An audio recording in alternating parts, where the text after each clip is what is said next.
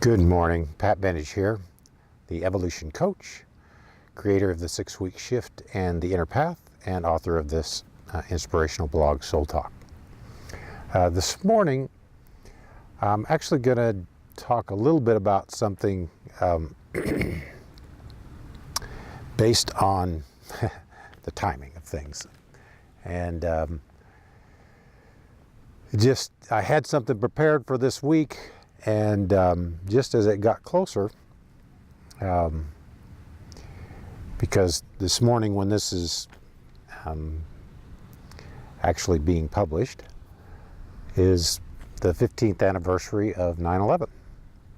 And it's a significant moment in the history of humanity, and certainly the history of this country, the U.S., and me personally, as well as I'm sure for most people who lived through that. For me personally, it was a moment when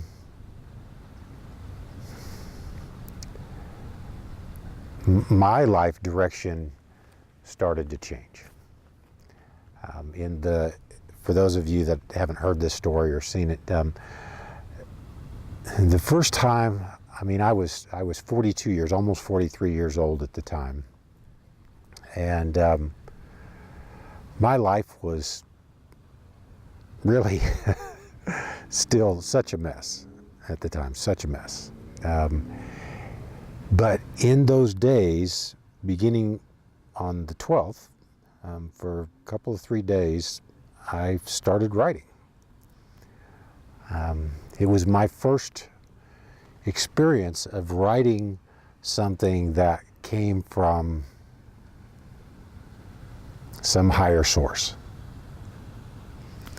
For the first almost 43 years of my life, I never really wrote anything. I barely wrote letters. I wrote the minimum amount that I needed to get through school. I just really didn't like writing. But all of the writing previously that I'd done had been mental. There'd been some experience of trying to do some journaling in a couple of classes when I was in college, but essentially that was emotional or mental. This was the first time in the few days after 9/11 that I sat down and had really a profound experience of writing from at least relatively from a soul perspective. And I can't say that I was in that soul place. I was still interpreting a lot with my head, with my emotions, but some of the things that came through as I was writing in those few days, and actually what I wrote was about 4 pages, and it was just like a letter that I was writing to I don't know whom. And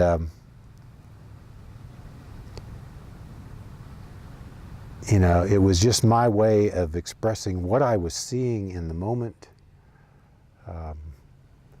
the opportunities that I felt in that moment. And it was a time when I tapped into something that I had not previously done. I hadn't tapped into that source within, that inner master that I talk to you about all the time. It was speaking through me, through my words that I wrote. And I'm actually I don't know whether I'll post the whole thing. I may just post a link. I've got it posted up on my Facebook page from a long time ago. Probably 5 years ago, I put it up. And I'll post that so you guys can read it if you'd like. It's not a big deal, but just would give you an idea of how this whole thing started for me, because prior to that moment, I never ever thought I would be a writer. Never. And yet, that began a journey. I mean, at 43 years of age, essentially, I first caught a glimpse of my purpose. So those of you that haven't found your purpose yet in life, patience. It doesn't necessarily come when we're, at a young age. I feel fairly fortunate actually at this point to have discovered that, in my early 40s, even though it took me some time to develop that. I actually then, about 7 months later, 8 months maybe. So in May of the following year, in 2002, is when I started writing my first book. And I completed it the end of September. So within a year from that first moment of writing, I wrote my first book. And it wasn't certainly anything polished or but it was, I'd done it. I never thought prior to that moment, I never even imagined that I would ever write a book. And I began in the few months right after 9/11, I began a sort of a blog newsletter. It was a pretty crude attempt, and it didn't last very long because I just wasn't able to continue. But I call it my 2 cents worth, and I just did the same sort of thing, and I tried to do it daily at that time, which was pretty overwhelming after a while. It was just hard to keep up and get that going. And so, but it was wonderful practice for me. And again, not so much the writing, but the tapping into that source within. It was my way of tapping into this wisdom that resides within me. That's not my mind, it's not my ego, it's not my heart, it's not, I kind of thought it was coming from my heart at that time, but it's really coming from soul. The heart of soul, which is not the physical heart. The physical heart is the physical representation of that, but that's not where the source lies. The source lies within soul. And that's inside the third eye, and up, in and up. And soul is connected directly to source. It's a part of source. And so the only way to tap into that inner truth that comes from being a part of source is to tap into soul energy, that soul wisdom that's there, that's always within us. And I discovered that 15 years ago. And what I saw on that day, and it doesn't matter if you think that there's some conspiracy about who is behind all of that. It doesn't matter who was responsible for what happened on that date 15 years ago. Doesn't matter. What I saw was that moment in time was an opportunity for humanity to come together. This extremely divisive act, this violent act that took so many lives, served the purpose of drawing our attention to what are we doing? how did we get into this place where we're so angry at each other for I don't know what? For feeling left out, for feeling separate, for feeling neglected, abandoned, and needing that our voice to be heard.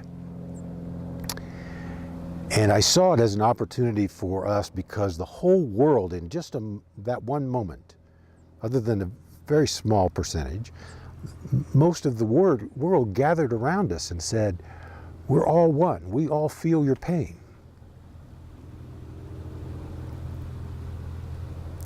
The problem was we stayed in the pain. We took that love and we said, yeah, we're in pain. And somebody's responsible for this pain.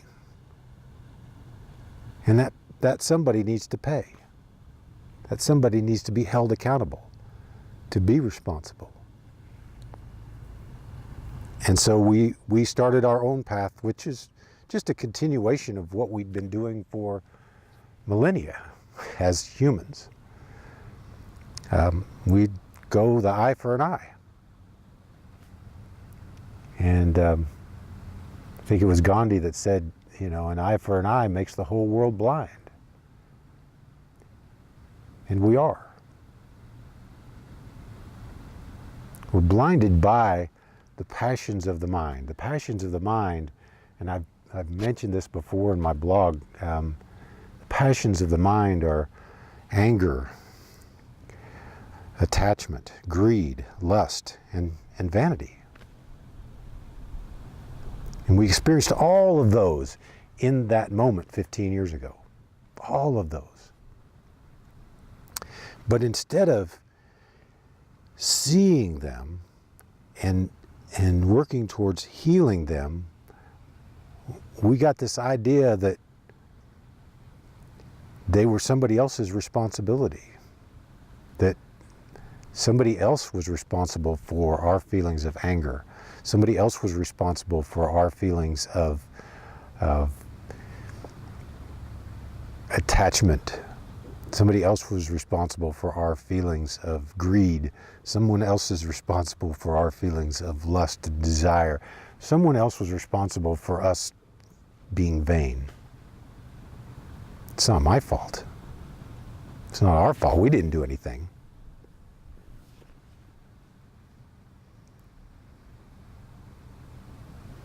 And over time, we've had those opportunities over and over and over again. And we choose the anger instead of love. We choose vanity instead of humility. We choose to try to hold on to things instead of letting go.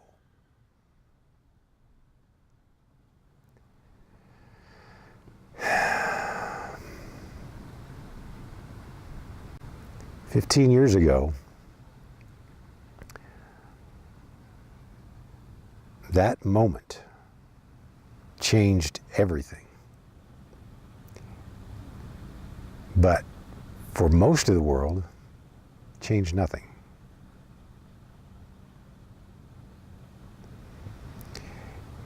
With each moment of your life, you have the opportunity to change everything or change nothing. The choice is up to you. It's not up to me to try to get you to change. It's not up to me to even decide if change is important for you. It's not up to me to decide what change looks like for anybody. All I know is that there's an opportunity to change or to remain the same in every single moment.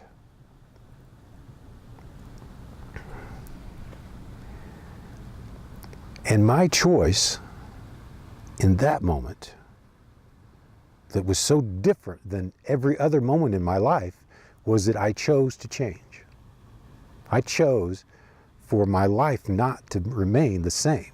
I stopped being in that cycle of repeating over and over the same stuff that I'd been doing my whole life and who knows how many lifetimes before. And I'm not a self-realized being. I'm getting closer. But every moment I still have that opportunity to decide, am I going to change or am I going to keep doing it the same way? It's the reaction versus the response. It's cause instead of effect. We set causes in motion and we then act out of the effect of those causes. And so we repeat over and over again all of this. And we cannot change the effect until we recognize the cause. And in the recognition of the cause, until we make the decision to act differently, to stop reacting and to act consciously, until we do that, nothing really changes. We can recognize it, but recognition is not in itself enough. We have to recognize it, and then we have to act differently. We have to make a different choice. That's why I always say, if you like the way your life is, if you like everything about your life, then change nothing. Continue doing what it is you do. Continue being as you are. I'm not advocating that you must change for the sake of change. I'm saying that if your life experience isn't what you want it to be, then don't keep doing it the same way. Recognize that you are at cause for all of it. At some level, you set things in motion to create exactly what you're experiencing. That doesn't mean that there aren't things that are happening outside of you that influence, but you are the direct cause of all of it. Anything else is an indirect cause. It's an effect. You're living out of the effect. If you're allowing that to influence you, you're living out of the effect. You're experiencing the effect of something that was set in motion long ago, and you're choosing out of that instead of choosing from within. And this is what I talk about. This is what I mean by living life from the inside out. Stop living your life from outside in.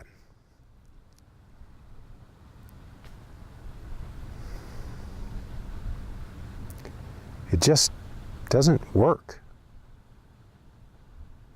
We have so much evidence of that, and yet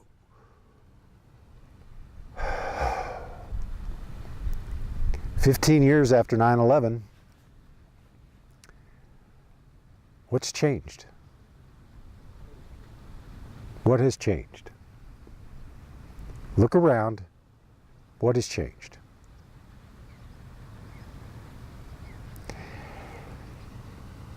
And it's not that you're going to be able to go out and change all of these things.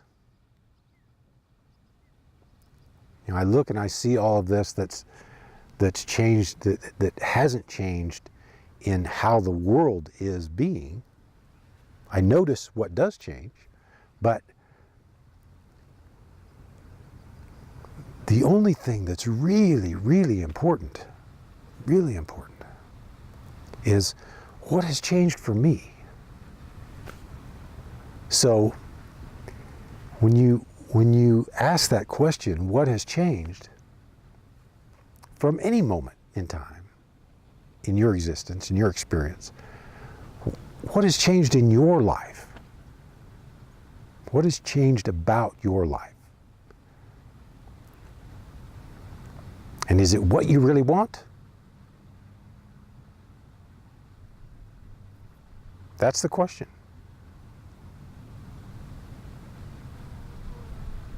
So my challenge, even though I say it's not up to me to decide if you need to change or not, my challenge to you is to simply look at your life and say, is this what I want? And if it's not exactly what you want, look inside and say, well, what is it that I am doing to create this? How is it that I am, if what I want is different than this, then how come my experience is not what I want? What am I doing? How am I being? What is happening inside me that is creating what I don't want?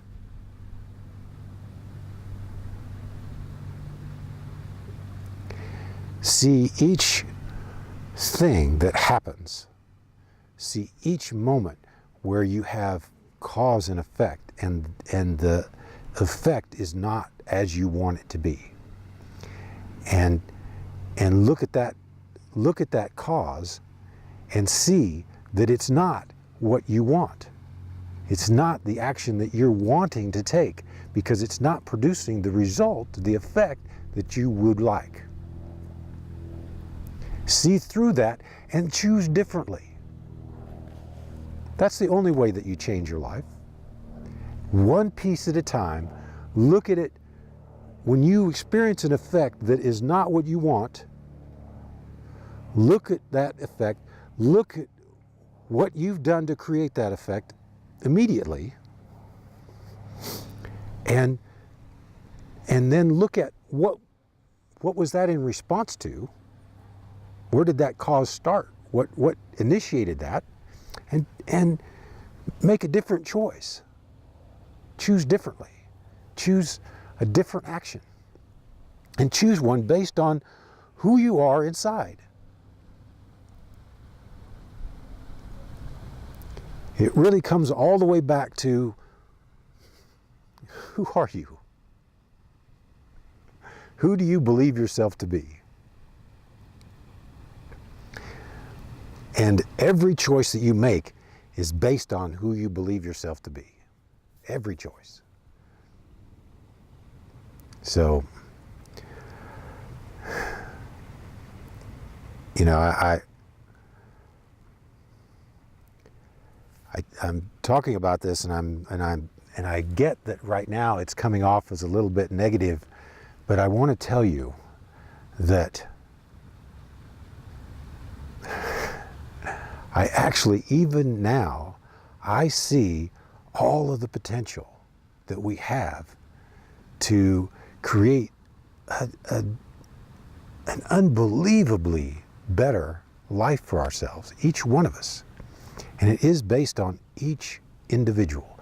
It's your choice about your life.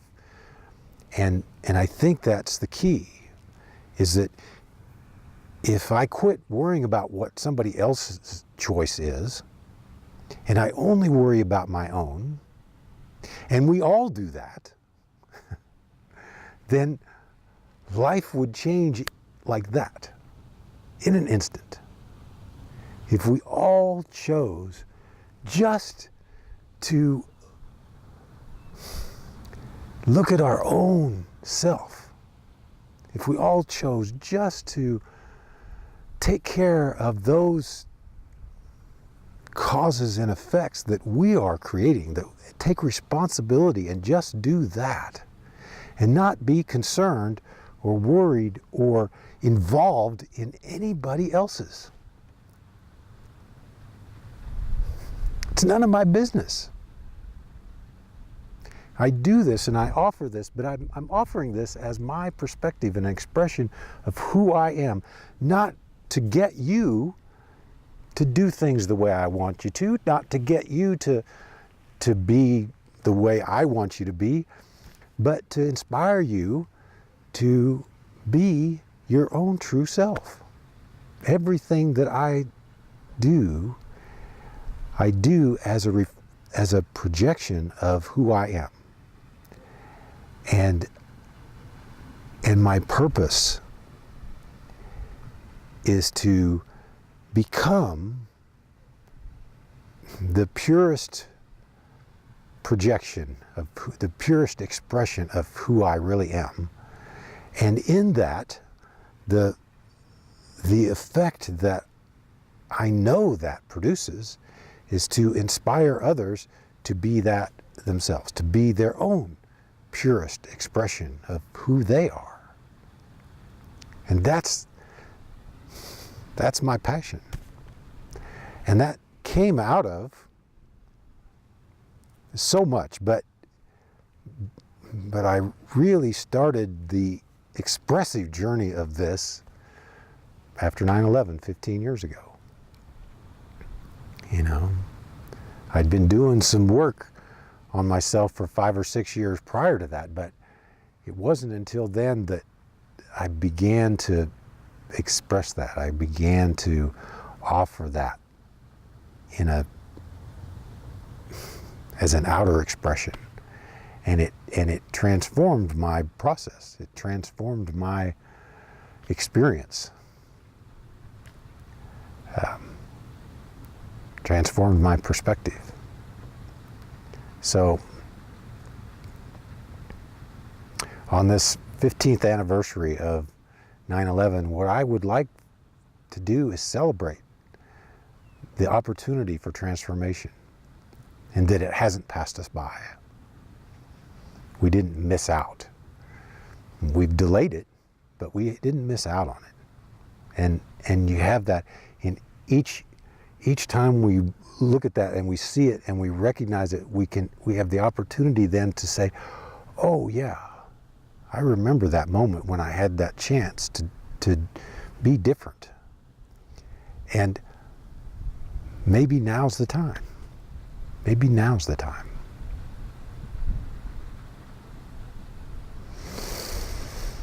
Thanks for being with me. Thanks for listening. Have a wonderful, wonderful week. And I will see you next week. And in the meantime, live life from the inside out.